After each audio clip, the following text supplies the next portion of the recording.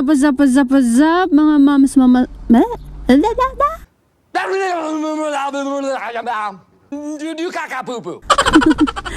Mga paps, so dito na kami sa Mines View. Gagala-gala lang kami, titingin-tingin lang kami. Wala, mamasya lang kami, so bale. So ayun, papasya lang kami saglit. And mag-SM din kami later. So, be right back.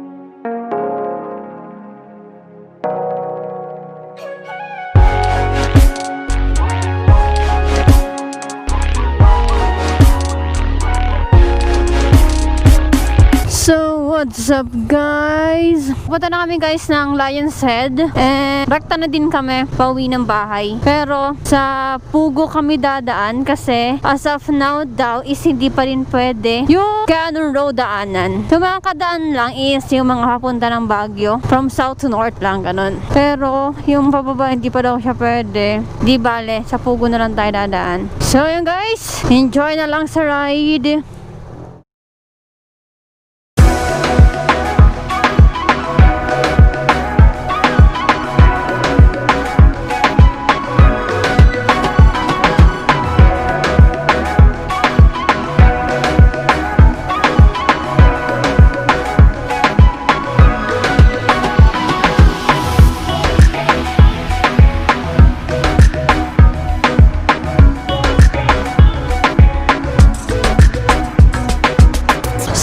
Nandito na kami sa Lion's Head.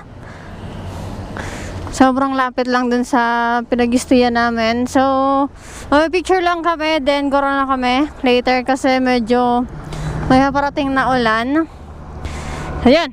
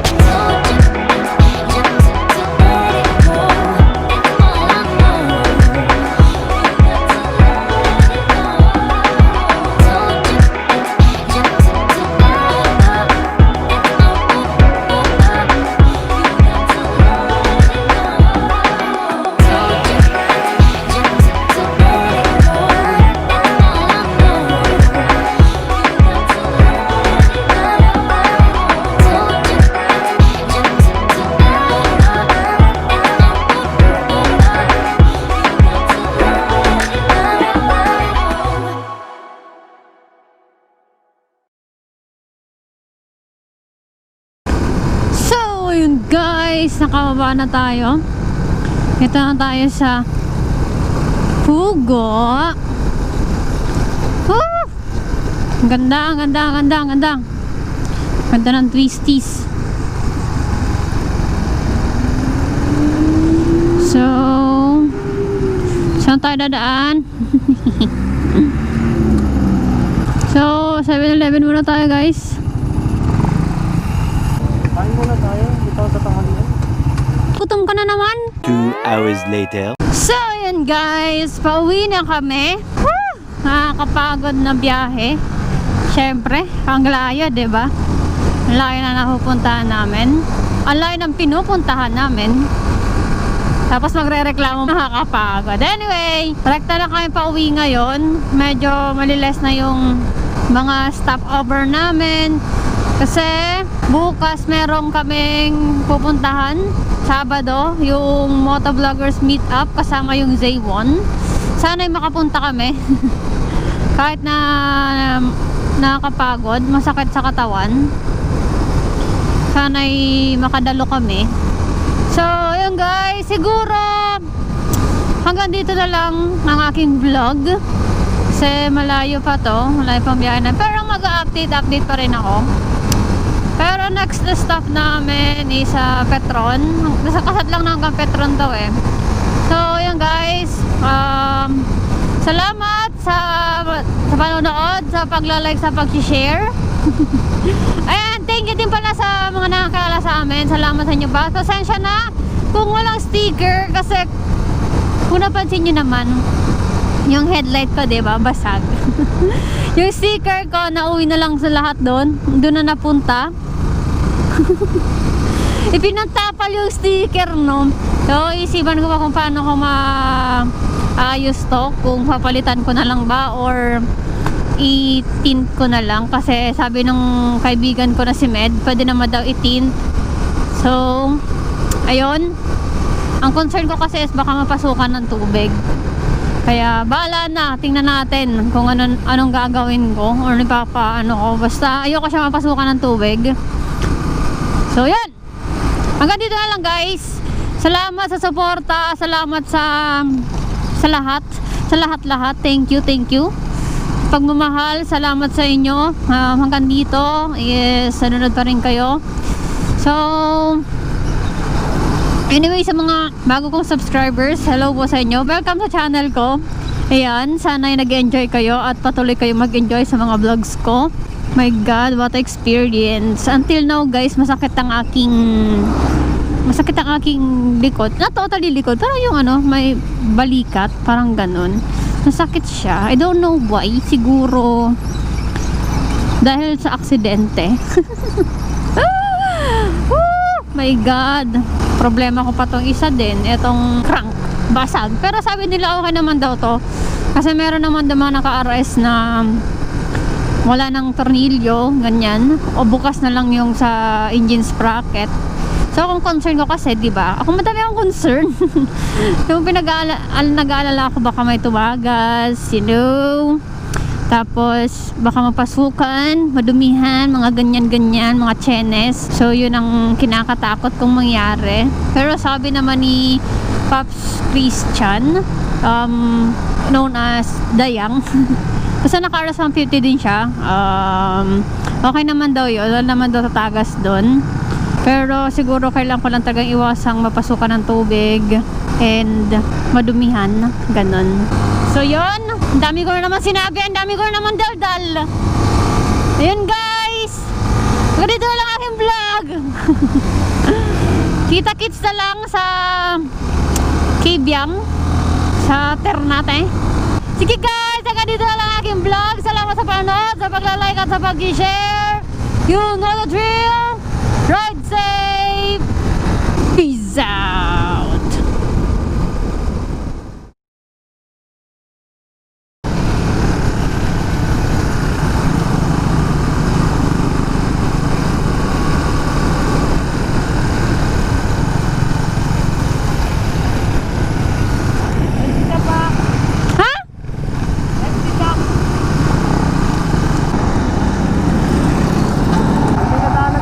Tigil tayo.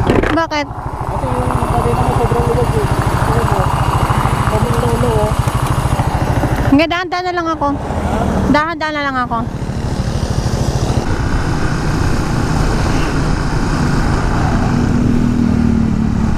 Side right, then side right.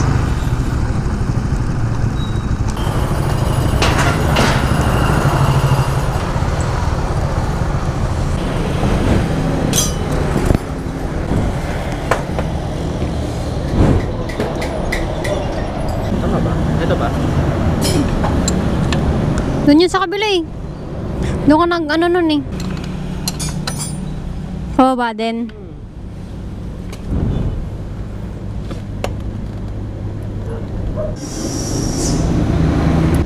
Pwede kaya to, di ba ito 70, 90, 80, 90. Pwede kang gawin kong 80, 90, 90, 90. Ang the best na dito, 90-80 front, 100 by 80 rear. Bakit? Kasi ang size na ito, 2.15, 1.85 yun.